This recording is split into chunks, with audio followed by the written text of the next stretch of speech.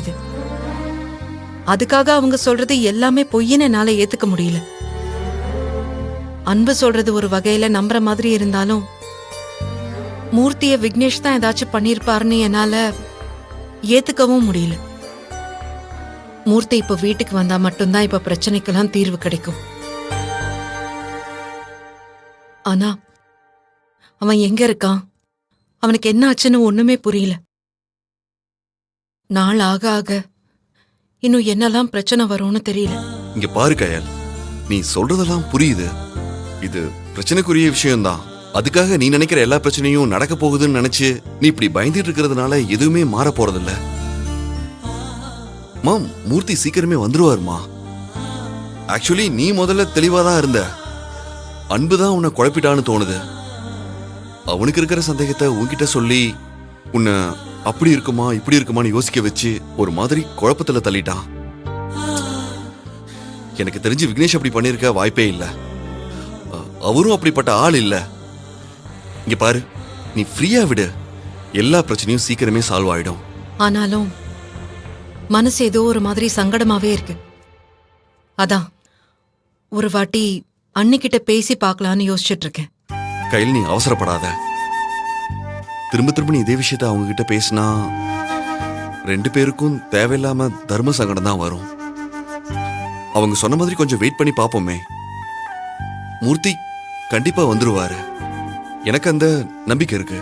நீ தேவையில்லாம பயந்துட்டு இருக்காத.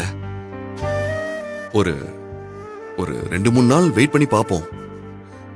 அதான் ஆறுமுகமும் மூர்த்திக்கு தெரிஞ்சவங்கிட்ட எல்லாம் விசாரிச்சுட்டு இருக்கேன்னு சொன்னார்ல, அது மூலமா ஏதாவது தெரியுதான்னு பாப்போமே. அதுக்கப்புறமும் எதுவும் தெரியலன்னா நம்ம ஆக்ஷன் எடுப்போம். தெரியல எழில், மனசு என்னவோ மாதிரி இருக்கு. மூர்த்திக்கு எதுவுமே ஆயிடக்கூடாது, அவன் நல்லா இருக்கணும். அதெல்லாம் மூர்த்திக்கு எந்த பிரச்சனையும் இருக்காது. அவர் நல்லா இருப்பாரு. நல்லவங்களுக்கு அந்த ஆண்டவன் எப்பவும் துணையா நிப்பான். நீ கவலைப்படாத. நீ எதையும் யோசிக்காம நிம்மதியா படுத்து தூங்கு, எல்லாம் நல்லபடியா நடக்கும். இல்ல, நீ படுத்துக்கோ, நான் வரேன்.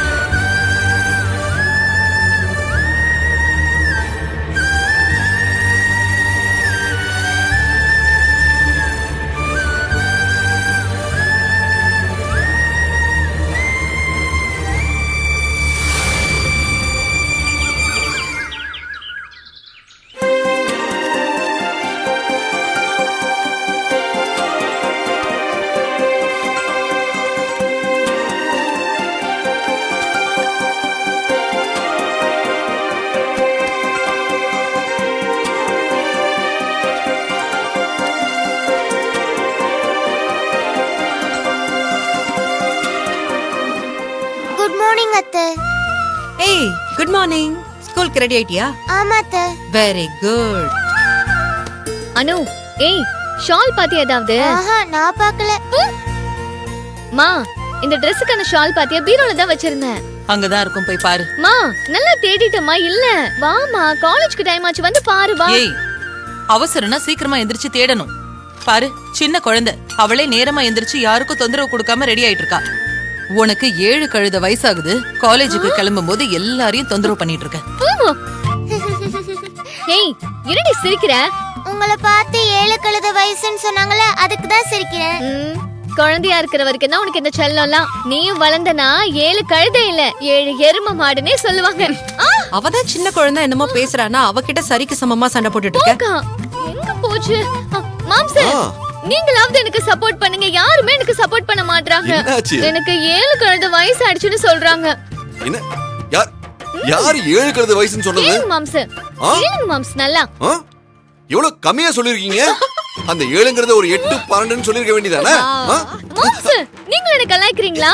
போங்க, நான் எல்லாரும் கூடயும் பேசவே மாட்டேன். மாமா, கொஞ்ச நேரம் ரெஸ்ட் எடுத்துக்க வேண்டியதுதானே? தேங்க்ஸ்மா. ஏய், இப்பவே டைம் ஆச்சு, ஹோட்டல் போகணும்ல. குடிச்சு வந்தா கடமை உணர்ச்சி தவறாம இருக்கீங்களா? வேண்டாம். Super bro. ஷாலினி அண்ணி அன்பு ஓகேவா? நார்மல் ஆயிட்டானா டென்ஷனா இருக்கானா?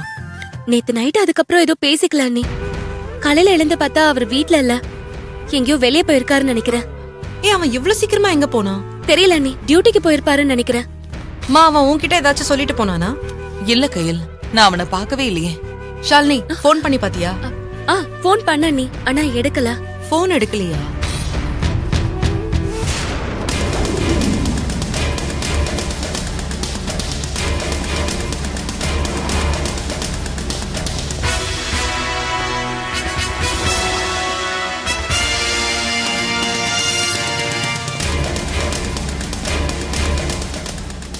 வணக்கம் சார். வாங்க. நீங்க வேதவழி வீட்டில் தான் வேலை செய்றீங்களா? ஆமா சார். எவ்வளவு நாள் அங்க வேலை செய்றீங்க? ஒரு 6 மாசமா வேலை செய்யறேன்.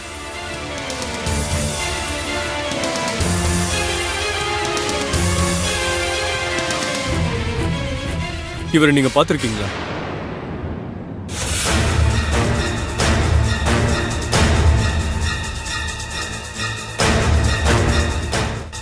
பாத்திருக்கேன் சார்.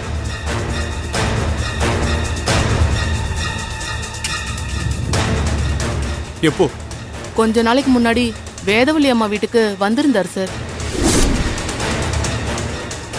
என்னைக்கு வந்தாருன்னு கரெக்டா டேட் சொல்ல முடியுமா?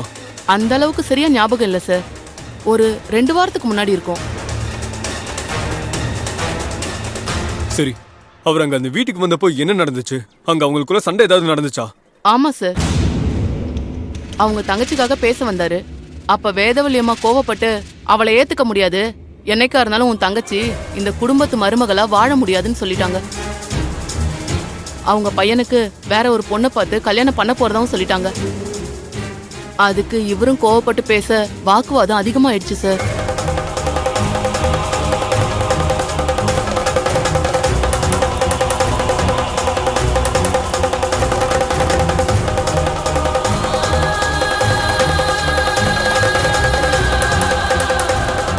அப்புறம் என்ன நடந்துச்சு? பிரச்சனை அதிகமாகும் போது வேதவழி அம்மா என்னை கிளம்ப சொல்லிட்டாங்க. நானும் அங்கிருந்து வந்துட்டேன் சார். அதுக்கப்புறம் என்ன நடந்துச்சுன்னு தெரியல. வெளியே நான் கேட்டை தாண்டி வரும்போது உள்ள பயங்கரமான சத்தம் சார். எனக்கு தெரிஞ்சு கைகலப்பாயிருக்கும்னு நினைக்கிறேன் சார்.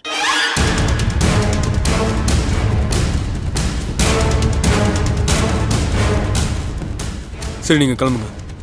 சரிங்க சார். அப்ப நான் சந்தேகப்பட்டது சரியா தான் இருக்கு. அந்த வீட்டில் தான் அண்ணனுக்கு ஏதோ ஒன்று நடந்திருக்கு.